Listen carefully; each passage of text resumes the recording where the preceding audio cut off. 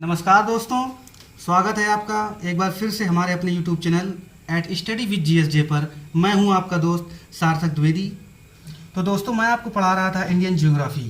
हमारे जो पिछला लेक्चर था, हमारा पार्ट 1 था, मैंने उससे स्टार्टिंग किया था इंडियन ज्योग्राफी की। आज हमारा दूसरा लेक्चर होगा और आज मैं आप लोगों को पढ़ाने वाला था इंडियन ज्योग्राफी में कि भारत की सीमा जो विस्तार है वो कैसे, क्या, कहाँ, किस तरह से। तो बने रहिए हमारे साथ, वीडियो को लास्ट तक देखिएगा, बताने वाले हैं सारी जानकारी आपको। हाँ तो दोस्तों, बढ़ते हैं। तो दोस्तों, पिछले लेक्चर में हमने आपको कुछ इस तरह से ग्लोब पर समझाते हुए बताया था कि आखिरकार ये रेखाएं क्यों हैं, कैसे हैं। और दोस्तों, जैसा कि मैंने बताया था पिछले वीडियो में कि जो ग्लोब का स्पेशल वीडियो मैं आपको अलग से दे दूँगा, तो आप लोग बिल्कुल परेशान मत होना। और ये हमारे टॉपिक का नेक्स्ट लेक्चर है आज। तो इस तरह से मैं आपको आज बताने वाला हूँ भारत की स्थिति, सीमा एवं विस्तार। तो दोस्तों, जैसा कि पहले बता चुके थे आपको, हमारा भारत यहाँ कहीं है, इस जगह पे। तो बच्चों, आप इस जगह से, हमारी यहाँ पर रेखाएं पड़ी हुई हैं इस तरह से, अक्षांश रेखाएं, देशांतर रेखाएं। तो वो आपको नेक्स्ट दूसरे टॉपिक में बता देंगे विस्तार से। यहाँ समझिएगा, भारत ये है। तो यहाँ पर मैं आपको अब भारत का मैप लेकर के उसका विस्तार बताने वाला हूँ। पहले यहाँ पे जरा सा बस थोड़ा सा देख लीजिएगा कि कुछ इस तरह से ये जो देशांतर रेखाएं हैं, इन्हीं के बीच में भारत ऐसे शुरू होता है, इस जगह से कुछ। तो दोस्तों, ये एक उदाहरण बता रहे थे, अब बताते हैं। हाँ तो दोस्तों, भारत की स्थिति, सीमा एवं विस्तार समझने के लिए सबसे पहले हम लोग जरा मानचित्र पर एक नज़र डाल लेते हैं, क्योंकि यहाँ से आपको ज़्यादा अच्छे से समझ में आने वाला है। तो दोस्तों, अगर मैं भारत के देशांतरीय विस्तार की बात करूं, दोस्तों क्वेश्चन पूछ दिया जाता है पेपर में कि भारत का देशांतरीय विस्तार कहां से कहां तक है। तो एक्चुअली क्या है, मैंने बताया था आपको कि हमारी देशांतर रेखाएं कैसी थी, जो लॉन्गिट्यूडनल थी, यानी खड़ी खड़ी लॉन्ग जी थी, लंबी थी। तो वो रेखाएं देशांतर रेखाएं थी। तो कुछ ऐसे स्टार्ट होंगी यहाँ से। तो दोस्तों, जो यहाँ से हमारी देशांतर रेखा गुजरी है, यहाँ से, और फिर यहाँ से, क्योंकि लंबी लंबी ही चलेंगी देशांतर रेखाएं इस जगह पर। और हमारी जो अक्षांश रेखाएं हैं वो इस तरह से, यहाँ से, यानी कि लैटिट्यूडनल लाइंस, और कुछ यहाँ से ऐसे निकली हुई। तो दोस्तों, अब बता देते हैं कि यहाँ पर कौन सी लाइन कितनी निकली हुई है। दोस्तों, यहाँ से देखिए, जो यहाँ देशांतर रेखा हमारी है, जो शुरू होती है यहाँ से, ये है 68 डिग्री 7 मिनट। दोस्तों, समझ में आ रहा होगा, 68 डिग्री 7 मिनट। थोड़ा सा इसको और कर देता हूँ ताकि आप लोगों को अच्छे से समझ में आ जाए। अभी मैं लिख कर भी बता दूंगा, डोंट वरी, बस आप समझ लीजिए।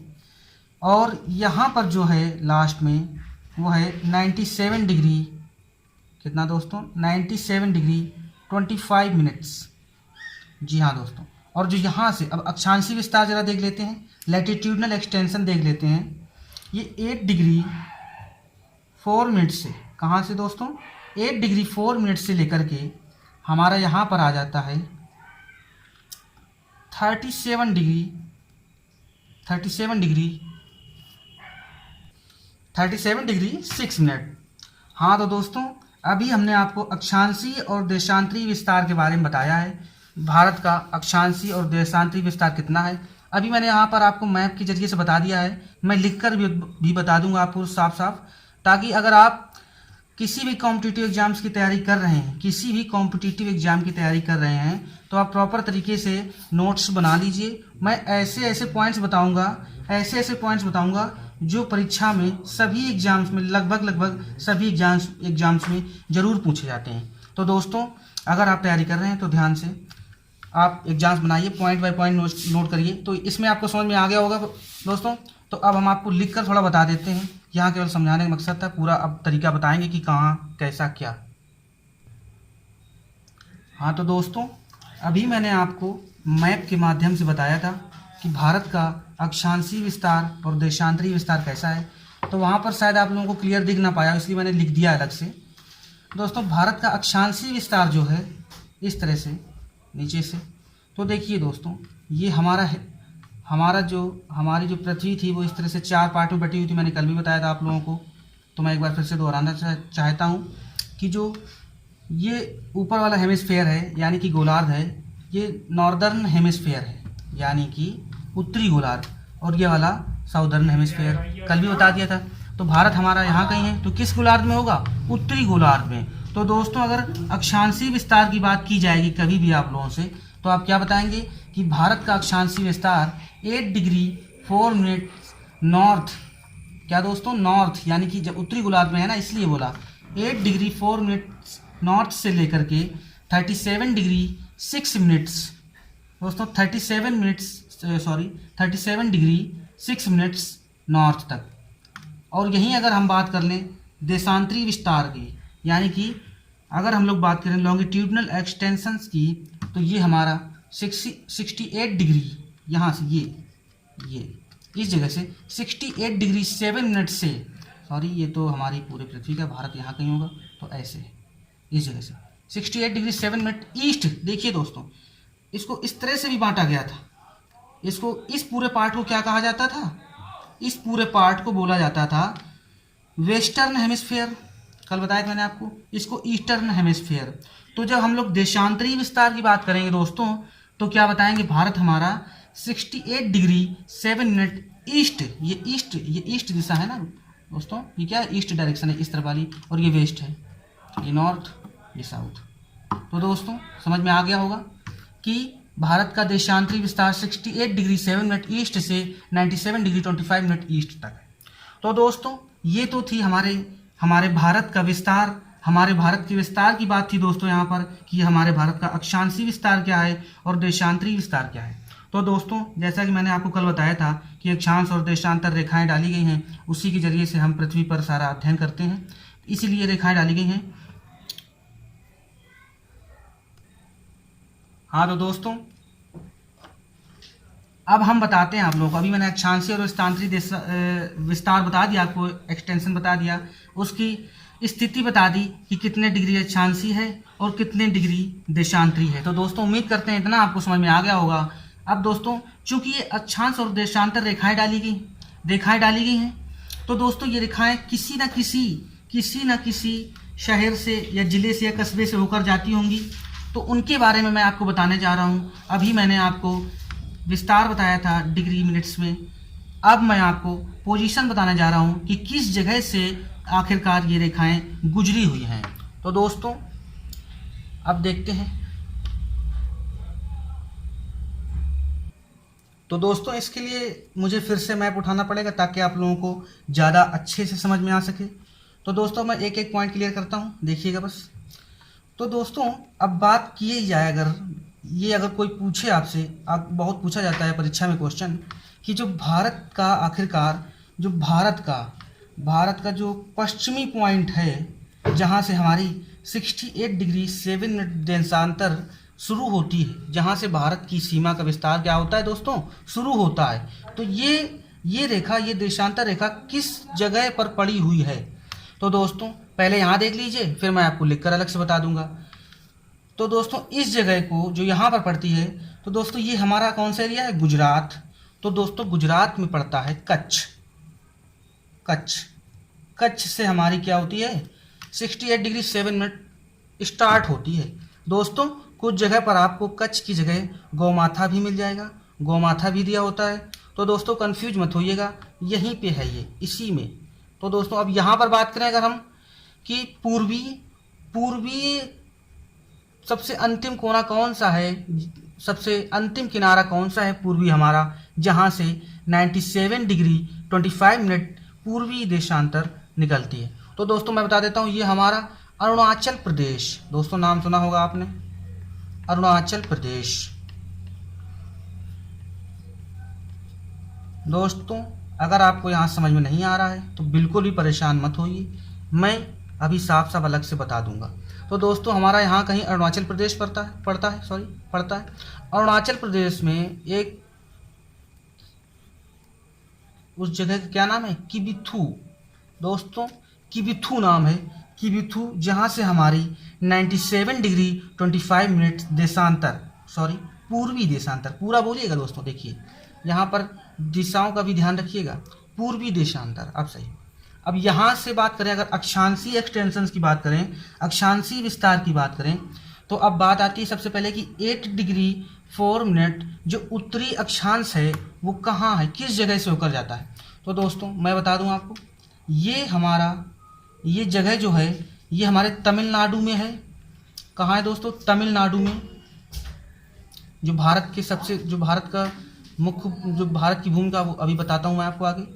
भारत की भूमि का जो दक्षिणी पॉइंट है मुख्य भूमि का 8 डिग्री 4 मिनट से दोस्तों कौन सा, ये हमारी कन्याकुमारी में पड़ता है। ये तमिलनाडु में कन्याकुमारी है।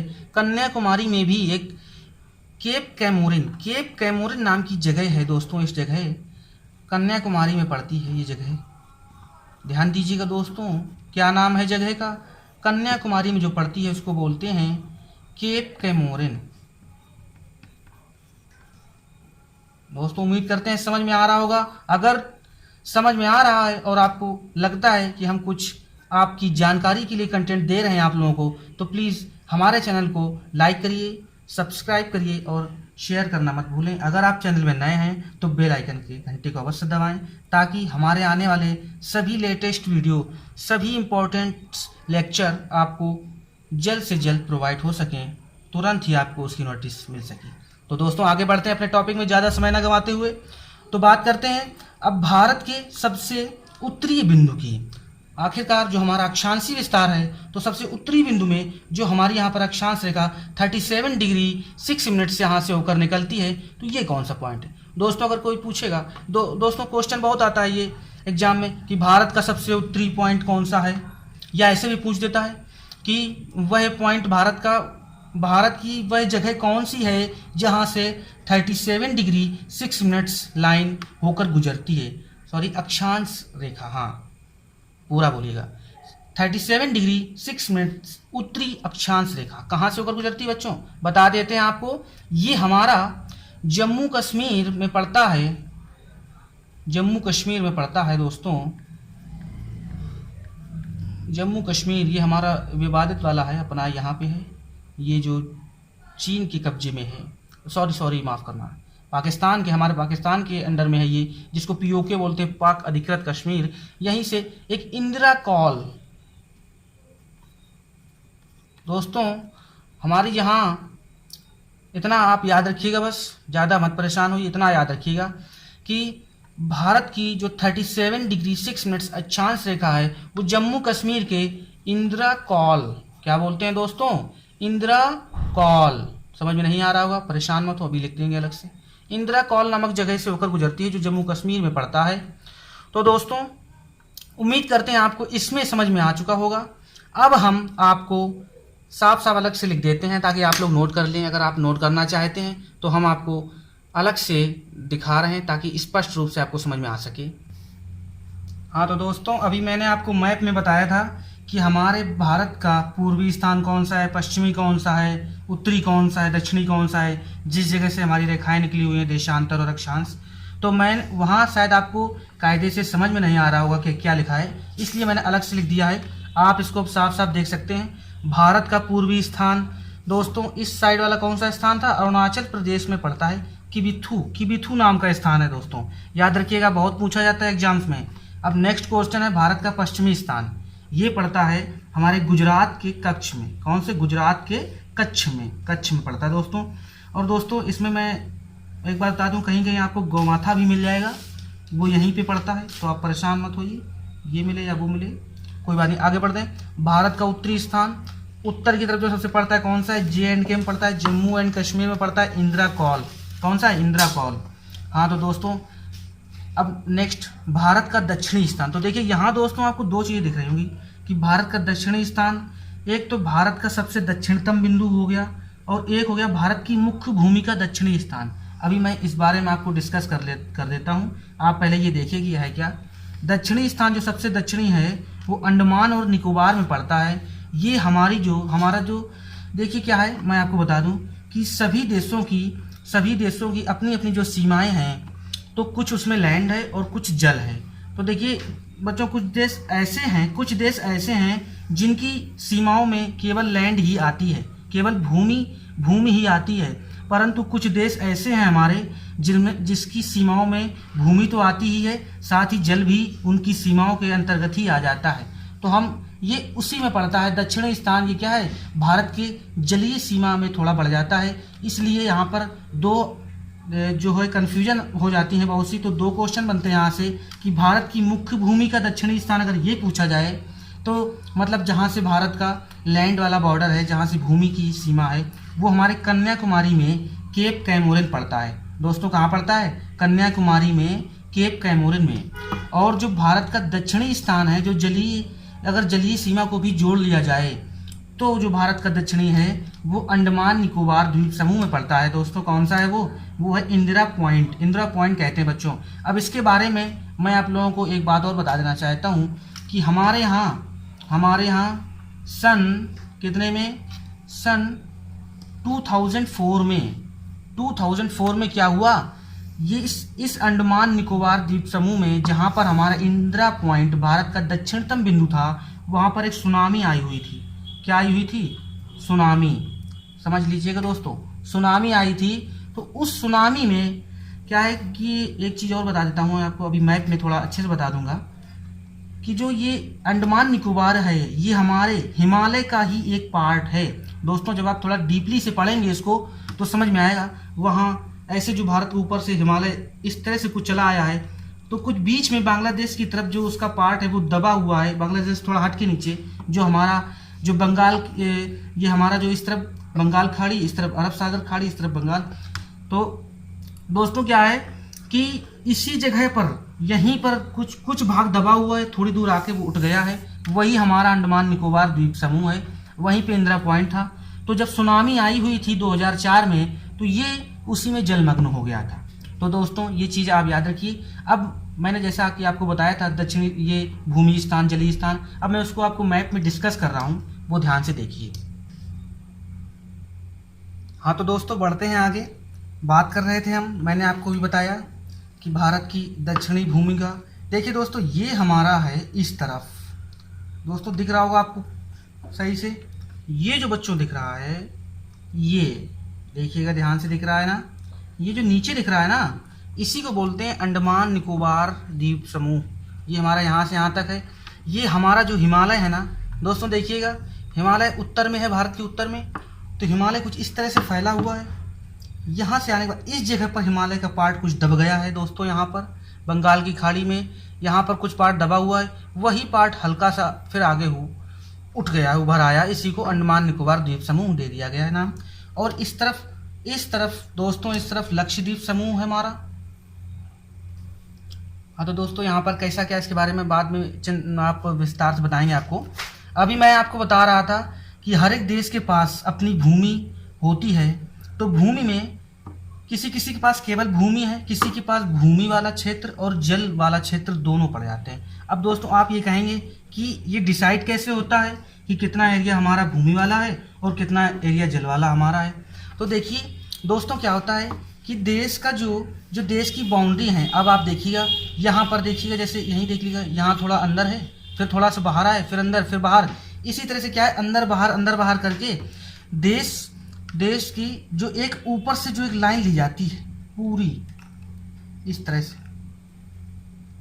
ठीक दोस्तों, यहाँ से बाहर से ली गई, सामने से इसको ऐसे कर दिया गया, इस तरह से क्या किया गया, इस तरह से डिवाइड कर दिया गया दो पार्ट में। तो दोस्तों अब इसके सामने का जो एरिया है, इसके सामने का जितना भी एरिया रहेगा वो इंडिया का रहेगा, या जिस देश के भी सामने का होगा उसका रहेगा। तो दोस्तों इसमें भी रूल्स हैं। देखिए मैं बताता हूँ आपको, क्या है कि जो हमारे जलीय एरिया है, तो जलीय स्थानों में दूरी मापने के लिए, या जलीय स्थानों में जो दूरी हमारी होती है उसको एक हम दूसरे पैमाने में मापते हैं, जिसको मैं बता देता हूँ आपको, उसको बोलते हैं नॉटिकल मील, या इंग्लिश में कहें तो नॉटिकल माइल्स। तो दोस्तों नॉटिकल माइल्स बोलते हैं, और नॉटिकल माइल्स की तुलना अगर मैं अपने किलोमीटर इससे करूं तो लगभग 1.8 करके कुछ है, इसी तरह है कुछ 1.8 किलोमीटर। तो कुल मिलाकर करीब 1.8 किलोमीटर, यानी लगभग 1800 किलोमीटर एग्जैक्ट नहीं, लगभग 1800 किलोमीटर 1800 मीटर बराबर 1 नॉटिकल मील होता है दोस्तों। तो देखिए भारत में जलीय सीमा किस जगह तक भारत का है, देखिएगा मैं बताता हूँ आपको। यहाँ से जो पहली लाइन है हमारी 12 नॉटिकल मील की जो हमारी पहली लाइन है, इस तरह से जलीय सीमा की बात में बता देता हूँ आपको।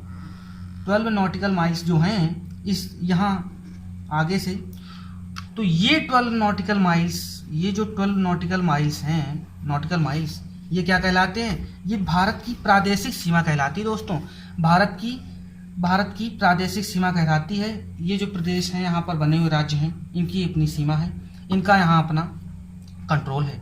और दोस्तों इसके बाद जब इसके बाद हम 12 माइल्स यहाँ से 12 माइल्स और बढ़ते हैं, मीन्स कि भारत की मेन लैंड से 24 नॉटिकल माइल्स, याद रखना बच्चों, केवल माइल्स मत बोल देना, नॉटिकल माइल्स, 24 नॉटिकल माइल्स तक जो हमारी डिस्टेंस है उसको क्या है, उसको क्या बोलते हैं, उसको हम बोलते हैं सीमा कर रेखा, सीमा कर क्षेत्र। ये है दोस्तों, ये क्या है मैं बता देता हूँ। यहाँ भारत सरकार का नियंत्रण रहता है। यहाँ क्या होता है कि हमारे जो विदेशों से आने वाले या बाहर से आने वाले किसी भी प्रकार के जो शिप्स होते हैं, जहाज होते हैं, व्यापारिक या किसी भी तरीके के जहाज होते हैं, वो अगर हमारी सीमा में अंदर आ जाते हैं तो उन्हें क्या करना पड़ता है दोस्तों, उन्हें भारत सरकार को टैक्स देना पड़ता है। तो इस एरिया को किस में रखा जाता है, सीमा कर के एरिया में, या उत्पाद शुल्क, या समझ लीजिए अब ये भारत सरकार के एक तरह से यहाँ टैक्स वसूला जाता है। कोई अगर बाहरी यहाँ प्रवेश करता है तो यहाँ से अगर गुजरता है तो टैक्स देता है इंडिया को। और दोस्तों जो हमारा तीसरा यहाँ से 200 माइल्स तक, 200 नॉटिकल माइल्स तक, 200 नॉटिकल माइल्स तक क्या है दोस्तों, आगे हमारी 200 नॉटिकल माइल्स तक जो तीसरी रेखा है इसको हम बोलते हैं अनन्य कर या अनन्य क्षेत्र। यहाँ पर क्या होता है, ये एरिया हमारे नेवी के अंडर में रहता है। तो इसमें क्या होता है कि जो हमारी जो नेवी देश की सीमा सुरक्षा वगैरह वगैरह वहाँ पर अपना कि यहाँ तक 200 माइल्स तक क्या करती है, इसको अनन्य कर भी या अनन्य क्षेत्र भी कहते हैं। दोस्तों मैं इसको आपको जरा विस्तार से बता दूं कि यहाँ पर मान लिया भारत में कभी कोई नाभिकीय परीक्षण करना हुआ या कुछ करना हुआ तो क्या करते हैं, तो इसी इलाके में करते हैं, पब्लिक प्लेस से दूर, काफ़ी दूर। 200 नॉटिकल माइल्स ये हो गया, 24 नॉटिकल माइल्स हो गया, बस समझ रहे हैं ना दोस्तों आप। इसीलिए ये इलाका इसके लिए चुना गया है। तो दोस्तों उम्मीद करते हैं कि आपको ये समझ में आ गया होगा। आज मैंने आपको बताया कि हमारी भारत की सीमाएं कहाँ से किस तरह हैं। और दोस्तों अब मैं अपने नेक्स्ट लेक्चर में आप लोगों को पढ़ाऊँगा कि भारत की सीमा से लगने वाले कौन कौन से देश हैं। और जो दोस्तों हमारे बहुत ही इंपॉर्टेंट क्वेश्चन बनते हैं कि ट्रॉपिक ऑफ कैंसर से होकर गुजरने वाले राज्य कौन कौन से हैं भारत के, ट्रॉपिक ऑफ कैंसर से कौन से राज्य की राजधानी ट्रॉपिक ऑफ कैंसर में पड़ती है। तो दोस्तों कुछ इस तरह के क्वेश्चन हम अपने नेक्स्ट लेक्चर में लेकर आएंगे।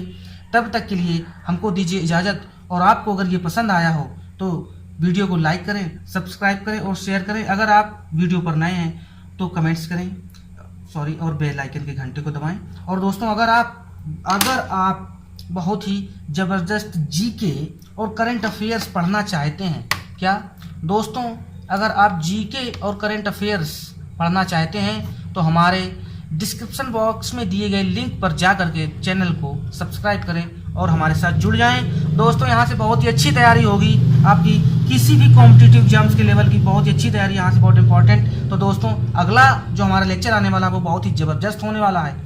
यहाँ से भी आपको काफ़ी कुछ सीखने को मिला होगा, मैं ऐसी उम्मीद करता हूँ। तो दोस्तों नमस्कार, अगर आपको अच्छा लगा हो धन्यवाद, जय हिंद।